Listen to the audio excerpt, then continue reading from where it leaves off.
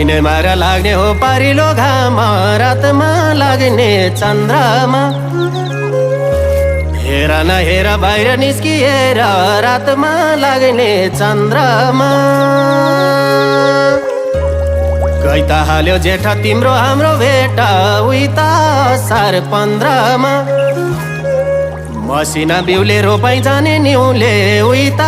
असार 15